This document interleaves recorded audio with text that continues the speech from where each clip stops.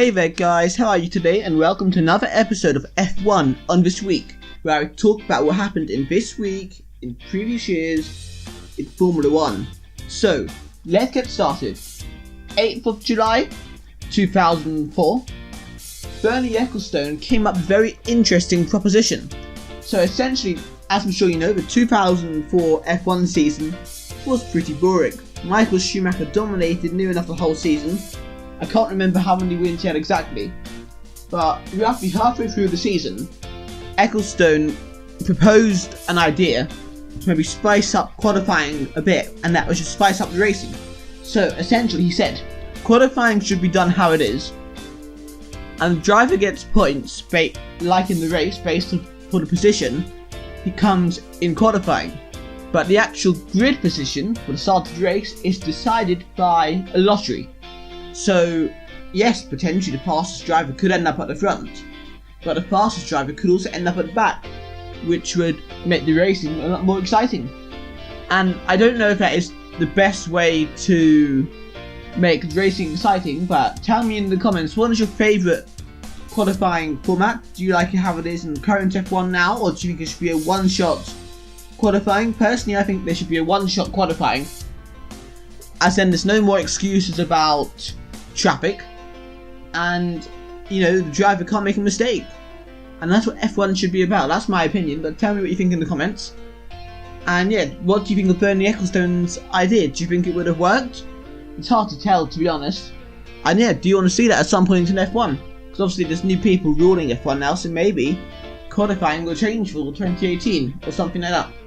Moving on, 9th of July 2006, Juan Pablo Montoya then decided to move to NASCAR. He was struggling a bit in the 2006 season in McLaren, and he moved to NASCAR, where I believe he still is today.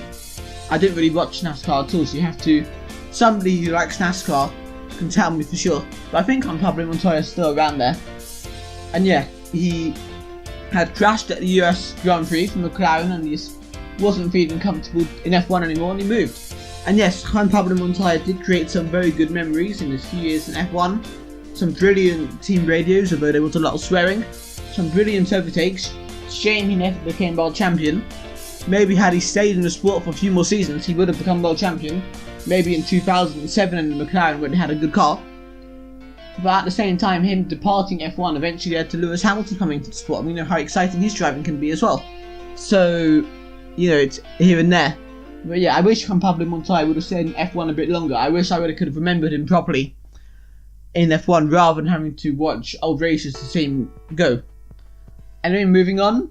11th of July, this is 1999, and Michael Schumacher broke his leg at the British Grand Prix. Essentially, the brakes failed on the Ferrari, which is quite a rare occurrence for a Ferrari to have a failure. And he broke his leg, which really hindered his World Championship hopes for 1999. Of course, we know Mika Häkkinen won the F1 season in the end in the McLaren, second in a row. And in that race, David Coulthard won that British Grand Prix in 1999, partly because Schumacher had his crash where he broke his leg. And yeah, good for Coulthard to win his home race. And also at that time, there were lots of rumours going around about Damon Hill potentially quitting the sport, but he actually stayed to the end of the season, which is obviously very positive. You wouldn't want that because he did have a decent result in that race in the end.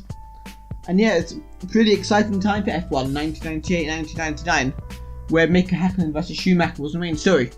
And I guess we're sort of getting that now again with Hamilton versus Vettel in 2017. So yeah, tell me in the comments, what is your favourite ever World Championship duel?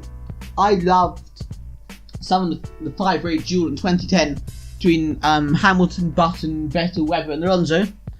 And I've always loved Hamilton versus Rosberg, and maybe Hamilton with Vettel would be good for that. And also, you can't beat a Senna v Prost battle, can you? But yeah, tell me what is your favourite championship duel. Tell me in the comments. Moving on yet again, the final thing today, 12th of July 2009. Mark Webber won his first F1 race. He won at the German Grand Prix, although he did actually get a drive-through penalty for a little collision with Rubens Barrichello at the first corner. And yeah, that was his first win in his F1 career. He won a few more races during 2010, 2011 and 2012. And Yeah, pretty positive. I believe his last ever win was the British Grand Prix in 2012. We know he nearly won the Malaysian Grand Prix in 2013, but we won't talk about what happened there. And yeah, that's also part of the start of Red Bull's rise in F1 and maybe Brawn GP going down in the 2009 season. And yeah, Mark Webber is quite an unlucky driver. He could have easily have won the World Championship in 2010 had the Abu Dhabi Grand Prix gone differently, and then he suffered from lots of team orders and incidents with his teammate Sebastian Vettel throughout the rest of his career. But at the same time, I think Mark Webber chose a good time at the end of 2013 to get out of the sport, because he may have found it difficult in the new cars in 2014. So yeah, do you think Mark Webber should have won a World Championship maybe in 2010? Tell me in the comments. So yeah, that's the end of this video, guys, and I'll see you next week for more F1 on This Week. Thank you for watching my video. If you enjoyed the video, please leave a like. If you really enjoyed this video and you want to see more videos like this and other types of videos, please subscribe to my channel. If you have anything to say in the comments, please leave a comment in the comment section down below. Also, go and check out the video that should be on screen right now, and come and follow me on Twitter, BigGaming342, and Facebook, BigGaming342, and I'll see you guys very, very soon. Goodbye.